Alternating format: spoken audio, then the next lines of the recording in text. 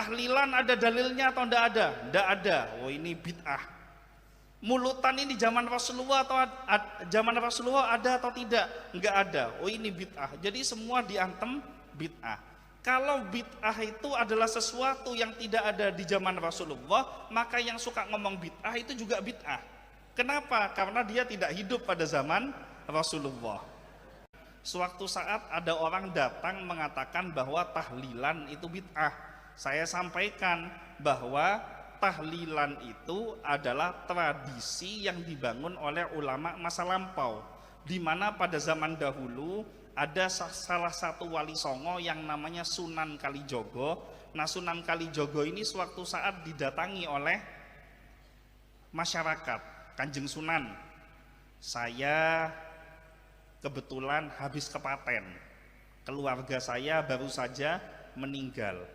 Nah, kebiasaan masyarakat pada waktu itu kalau ada yang meninggal, masak nasi, nasinya dibungkus daun, ditaruh di perempatan jalan, ditaruh di pojokan rumah.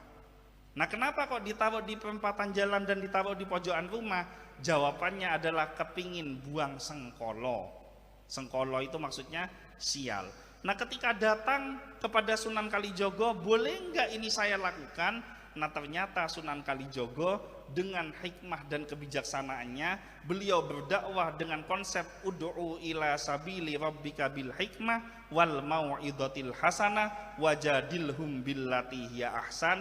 Maka beliau tidak serta-merta mengatakan ini salah, ini keliru, tetapi beliau dengan kebijaksanaannya mengatakan, kamu kalau mau buang sengkolo itu jangan cuma masak nasi, karena sial yang dibuang terlalu sedikit. Nah, terus gimana Kanjeng Sunan? Kamu sembelih sapi, sembelih kambing. Supaya apa? Supaya sial yang dibuang ini semakin besar. Secara pikiran orang zaman dulu dipikir-pikir ini masuk akal. Akhirnya mereka nyembelih sapi, nyembelih kambing, bikin sate, bikin gulai, bikin rawon dan lain sebagainya. Begitu makanan sudah matang menghadap kepada Sunan Kalijogo. Kanjeng Sunan, ini makanannya sudah matang, mau ditaruh di pojokan rumah yang mana, mau ditaruh di perempatan jalan yang mana. Nah, kemudian Sunan Kalijogo mengatakan, sejak kapan perempatan jalan sama pojokan rumah makan sate gulai? Kamu panggil itu tetangga-tetanggamu kanan kiri depan belakang, utamakan yang fuqara dan masakin, ajak untuk berkumpul bersama-sama. Kita doakan orang yang sudah meninggal supaya dosa-dosanya diampuni oleh Allah dan kebaikannya diterima oleh Allah. Maka inilah asal muasal terjadinya tradisi tahlilan yang ada di Nusantara ini. Nah, pertanyaannya, kegiatan-kegiatan yang ada di dalam kegiatan tahlilan itu menyalahi aturan atau tidak? Ternyata semuanya ada dasarnya. Ulama kita begitu cerdas memformulasikan budaya yang dikawinkan dengan agama. Pertama, kalau ada orang meninggal, biasanya kita itu bernyombong atau tidak? Nyumbang atau tidak? Datang ke rumahnya nyumbang. Biasanya nyumbangnya nyumbang apa? Macam-macam, beras, minyak, gula. Nah, ternyata ini ada dalilnya. Ketika Ja'far bin Abu Thalib meninggal di dalam peperangan Mu'tah, Nabi Muhammad SAW bersabda kepada seluruh para sahabatnya, isna'it ta'am li ali Ja'far, berikan makanan kepada keluarga Ja'far karena keluarga Ja'far sedang bersedih. Jadi bernyombong kepada orang yang sudah meninggal itu dalam rangka menjalankan sunnah kepada Nabi Muhammad SAW. Kemudian ketika proses tahlilan kita membaca surat Yasin.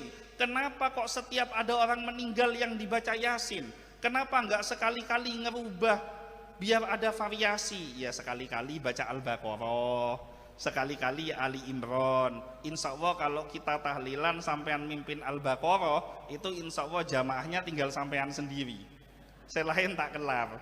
Nah, kenapa kok surat Yasin? Ternyata di dalam kitab tafsir Ibnu Katsir bab fadilah surat Yasin diterangkan bahwa faqra'u Yasin ala mautakum, bacalah surat Yasin untuk orang yang sudah meninggal dari golongan kalian. Maka ini juga ada dalilnya. Yang berikutnya, saya tidak panjang-panjang. Yang berikutnya, Biasanya kalau orang tahlilan yang datang dikasih makan atau tidak? Ini orang-orang yang anti dengan amalia Ahlus Sunnah wal Jamaah akan mengatakan, itu apa itu kegiatan tahlilan? Orang sudah susah, ketiban susah, kok dipaksa suruh keluarin makan buat orang-orang yang datang. Nah ternyata ini ada dalilnya juga. Sewaktu saat datang sahabat Nabi menghadap kepada Rasulullah, ya Rasulullah, ummi matat, wahai Rasulullah, ibuku sudah wafat, afa tasaddaqu anha, bolehkah aku bersedekah untuknya? Rasulullah Shallallahu Alaihi Wasallam menjawab, tasoddaq, bersedekahlah. Maka bersedekah, memberikan makanan, minuman dengan harapan wasilah pahalanya ini nyampe kepada orang yang sudah meninggal, maka insya Allah pahalanya akan sampai barokah dari penjelasan dari dalil sabda Nabi Muhammad Shallallahu Alaihi Wasallam. Maka kalian tidak usah khawatir, mondok di pesantren ini gurunya sudah tepat, kiainya sudah tepat, ustadznya sudah tepat, dan semuanya bisa dijadikan rujukan dalil. Karena zaman sekarang ini kita harus hati-hati di dalam memilih guru. Kiai itu ada dua macam, ada kiai kanan, ada kiai kiri. Tahu bedanya kiai kanan dan kiai kiri? Kiai kanan itu mon maca kitab dari kanan ke kacer. Kiai kiri kalau baca kitab dari kiri ke kanan, alias Quran terjemahan, alias bahasa Indonesia. Nah karena bacanya dari kiri ke kanan, akhirnya ilmunya salbut, kiainya salbut, santrinya salbut, akhirnya semua jadi ikut rusak salbut.